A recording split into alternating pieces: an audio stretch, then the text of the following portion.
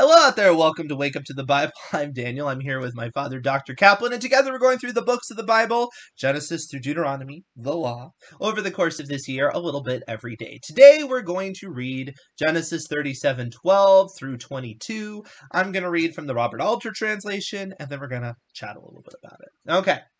And his brothers went to graze their father's flock at Shechem. And Israel said to Joseph, "You know, your brothers are pasturing at Shechem. Come, let me send you to them." And he said to him, "Here I am." And he said to him, "Go, pray to see how your brothers fare, and how the flock fares, and bring me back word." And he sent him from the valley of Hebron, and he went to Shechem. And a man found him, and look, he was wandering in the field. And the man asked him, saying, "What is it you seek?" And he said, "My brothers I seek. Tell me, pray, where are they pasturing?" And the man said, "They have journeyed on from here, for I have heard them say, 'Let us go to Dothan.'" And Joseph went after his brothers and found them at Dothan. And they saw him from afar before he drew near, and they plotted against him to put him to the death. And they said to each other, "Here comes that dream master. And so now let us kill him and fling him into one of the pits, and we can say, 'A vicious beast has devoured him,' and we shall see what will come of his dreams." And Reuben heard and came to his rescue and said, "We must not take his life." And Reuben said to them, "Shed no blood, fling him into this pit in the wilderness, and do not raise a hand against him, that he might rescue him from the hands to bring him back from, that he might rescue him from their hands to bring him back to his father." And that's where we're going to leave off. It's a pretty dramatic ending. Now, I have to say, this there's a thing in this that I have very little recollection of that just doesn't get talked about very much, and that is that Joseph goes looking for his brothers and he sees this random person and he says, "Where are they?" And then he tells them where they are, and the man's never seen again. And that's just a very peculiar detail, isn't it? It's very mysterious, very interesting. It reminds you of Jack and the Beanstalk or something, right? It's very interesting, yeah.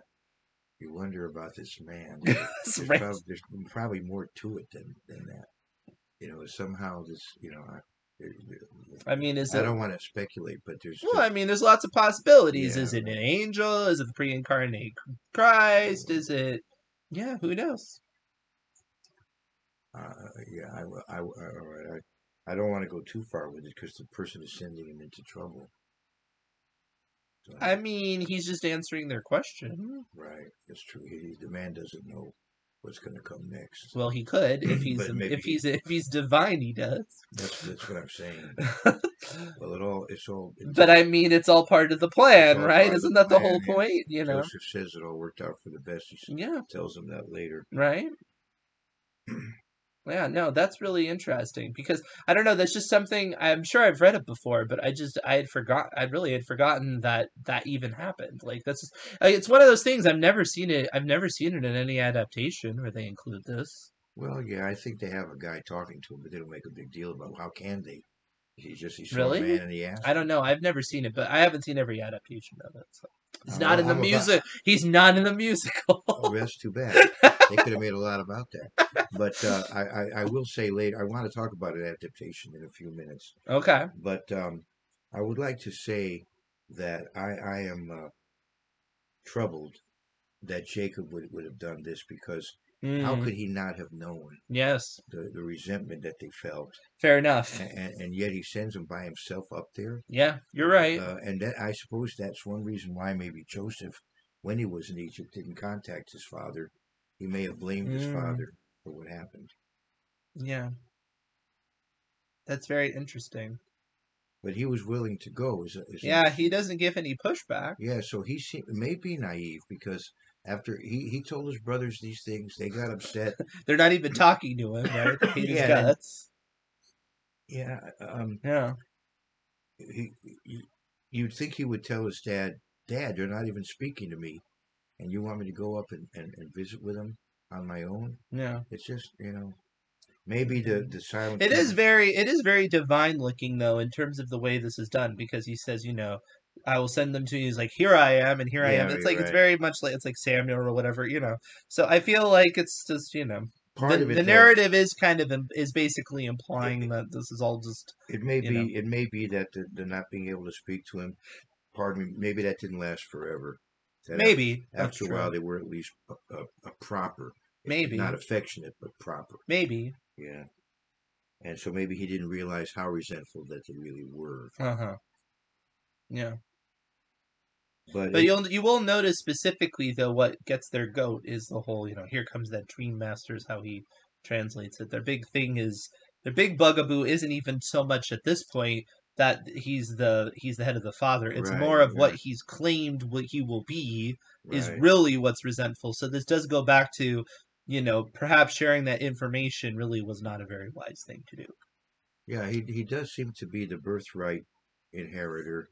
Being the firstborn of Rachel, it Hmm. could have been Reuben, Right. and firstborn of Leah, but Reuben knows that he blew it because of the Bilhah incident. So maybe he has made peace with the fact he's not going to be number one, Hmm. because he actually tries to rescue Joseph, but it's kind of a strange thing. He says, "Don't kill him, but throw him in the pit." Well, throwing him in the pit, he's gonna die eventually unless somebody comes around. Maybe the idea is, well, this way we're giving him half a chance because if he shouts for help, somebody might come and help him. Maybe that's the idea. Give him a fighting chance rather than just kill him. Throw him in the pit and then see what happens afterwards. So for that, at least we can't say we killed him. We could say we put him in a very vulnerable position, but uh, we didn't actually kill him. It's a little bit different.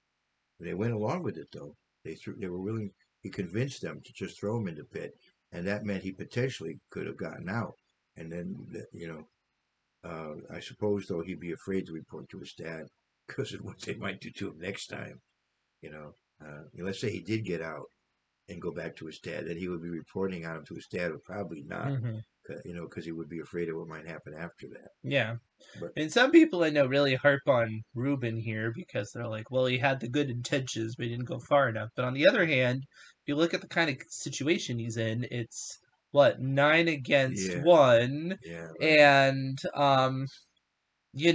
like what you were saying, like the fact that he was going to do this, hope that they would simmer down and still pick him back up and take him back to his father would have been a very brave thing to do because what kind of right, situation? I mean, here it was, some of his brothers killed a bunch of people just a few chapters ago. right. These are rough people. These are not. Yeah, that's a good You point. know what I mean? Like these are not. This is not a calm, collected crowd. By the So way, later on you'll see that he ultimately saves Joseph's life. I mean, Joseph has Simeon imprisoned, hmm. and some people speculate that he was the one particularly who wanted to kill him here. Mm. Well, he was one of the ones involved in the last incident, right? Right, that's what I'm Yeah, saying. He was a yeah. rough He was a customer. rough customer. Yeah. But I mean, the fact that Reuben was the person that saved his life should count for more than I think some people make it out to be because they just were like, well, he didn't go far enough. Yeah, Yeah. right.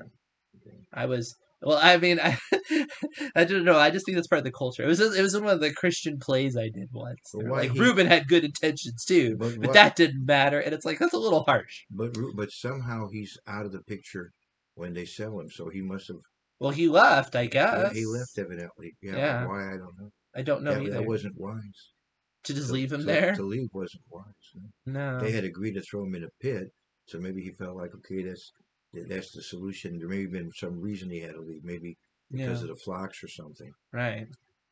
I don't know. Yeah. Interesting. What's also interesting too is the flinging him into the pits because we could say a vicious beast has devoured him. Like, why wouldn't they just bury him? It's like they didn't really want to super get their hands dirty or something. You know what I mean? Like, I don't Well, know. well, Because they're like, we'll kill him and then fling him into a pit. Why wouldn't they just? Why would they do that? Why wouldn't they want to dispose of the body? well, You, let us I kill guess that's him what they meant by one of the pits, because they and would say cast him into we some could pit. we could say a vicious beast has devoured him, but whatever pit they throw him into is the one that would kill you, right? Because he survives, so they throw him into a pit alive, and it's not a pit that's so deep that you would die just falling into it. So you can clearly, I wouldn't think it can't be that deep. So I don't know. It's just weird. Why would you want to leave a dead body around? I guess you would say one of the vicious beasts has devoured him, but then I don't know. It's just weird. It's like a murderer. They You didn't think they want to would? bother burying him. That's what I'm I saying. th- I think that they really they both wanted to really do something awful, and then they yeah, also didn't really want to get that involved. They wanted it to be kind of No, but detached. I think that's just how much they disliked him. Oh, I see. So No it's the burial. opposite. No burial is an Uh, honorable thing. oh yeah. At Okay, you're at right. a Jewish funeral, You're right. the friends of Yeah. the No, deceased you're right. actually It's a help big honor to bury bury the somebody, and you're deceased. right. Yeah. Yeah. No, that's what it is. So They wanted to. They just wanted. fling him into a Yeah, pit. yeah. To be really okay. Yeah, Be ignominious. right. Yeah. Okay. Ignominious. Right. All right. I gotcha. And I'll tell you, I've never recovered from thinking these are the progenitors of the 12 tribes of Israel, the church in the Well, wilderness. 11 of them, or Well, 10 yeah, of right. them. Yeah, right. That's true. Joseph and well, Let's get okay. our math All right. right. I'll even excuse Reuben and Benjamin's not there, so nine of them Yes, anyway. 9 of them. Yeah. But nine, if it, you know, nine of them The, includes Ephraim, yeah. Manasseh. Well, no, it doesn't No, it because doesn't. they're the There's the sons of. grandchildren. Yes. But nine of them include all these others, So confused. all these children of No, Leah, you're right. Yeah. and it's just devastating Well, to they're me. Levi's. You're going to be the priesthood and all Well, that. yeah, it's just You know. devastating to me that, No, it's pretty awful. yeah, Pretty awful. Especially because of the motivation, right? The motivation is just that they really dislike the idea that he might end up being better than them. So. But again, if you want to do like the whole Jesus parallel, not nearly on this severity at all, but you had the disciples really concerned about rank too, and he had to chastise them about it. It's like, who's going to be better and stuff like uh, that. Obviously, they no, didn't mean anything like this. I'm just no. saying, The parallel is the scribes and Pharisees. mm, He was a challenge to their authority, well, that's true and too. they had to get rid of him. Right, These were the patriarchs. right. No, They're it's the true. equivalent of the scribes and Pharisees. In fact, Yeah, rabbinic Judaism right. believes that these people had some Hmm. reason that in their minds was valid for getting rid of him. Right. Maybe Hmm. because he compared himself to God. And there are some people that come up that are kind of like Reuben a little bit in that situation. Some of the higher ups are kind of like, well, I don't know if he's God or if he's not or whatever. They're Right, not they're not really taking a side enough, but they're at least not just completely right. bloodthirsty. Nicodemus was Right. not in agreement. Right. He couldn't stop them. He was not in agreement. Right. And then um with the stoning, you have some not in agreement, don't you? Isn't Maybe with Stephen, it Yeah. doesn't mention that. Oh, okay. I mean, but what Gamaliel later tells them to lay off. You know, they That's beat. what I meant. Gamaliel, Yeah, yeah. he says leave him alone. Right. He's like, well, if it is, it is. If it isn't, it isn't. Kind of thing. Yeah. But trying to But yeah, no, it's a very similar. It's a very similar situation. Yeah. It's an unfortunate thing, and it's one reason why you get you get verklempt about Paul and Romans. But it is a trend over and over again. They had the revelation and they messed up. They wouldn't accept the people that God would send over and over and over again. It continued to be a problem and was a problem all the way to the very end, unfortunately. That's a good point because when Jesus revealed his identity, Yeah, that's when they tried to that's the kill end of him. it, right? Yeah, Yeah. yeah. A couple of times he just Hmm. barely got away. Yeah. Even when he started out his ministry in Nazareth, he nearly got killed then. Right. Yeah, Exactly. so it's Yeah. quite a parallel It's there. just a trend, And right? I was going to say that I was just re And we have the parallel that's going to come. We're not going to get to it this week, but at the very end, when Jesus essentially is going to reveal himself to the brothers, and you have that beautiful reconciliation, we're going to have that too. just today. I was wanting to see what Rabbi Riskin nowadays is Hmm. saying about this chapter. So I saw something he said last year, Hmm. and he mentioned that when you see the sun and moon and 11 stars Hmm. bowing to him, Yeah. that's it's almost like he's making a god out of himself, and so that may be why. Maybe this is somehow blasphemy. If you want to look at this in the rabbinic way, But if you look at it as a Christ topology, then yeah, that makes sense. right? Well, but yeah, Because he was an if he was an antitype of Christ, then that's one reason why he could that would claim have been like that, right? right. But anyway, so that But it could be that it's a similar sort of thing. Not that Joseph was saying that he was God, but it was a similar sort of thing about spiritual authority. right, yeah, right. On a lower scale.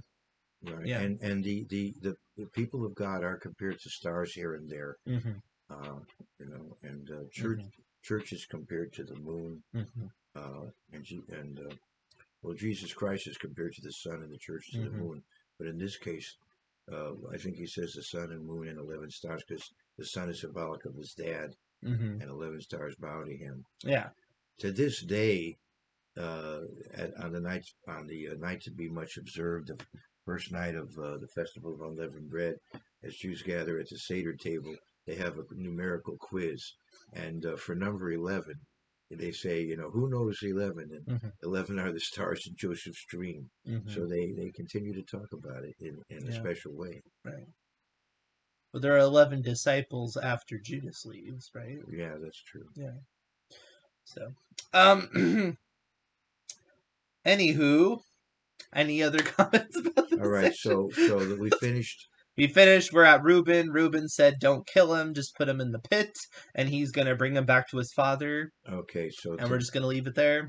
all right, tomorrow I'll talk about the adaptation. All right. Tomorrow you get to hear about the adaptation. Yeah, this part of Joseph's Amazing Dream Quote is pretty much correct, although they don't go into Reuben doing that. I don't believe. I don't remember that. All right. Can't remember. I've only seen it once, but I don't know how much Pharaoh was really like Elvis Presley. He was the king after all. That's a good point. That's the whole joke. Oh, So anyway, I'm a little slow with some of those kinds of things.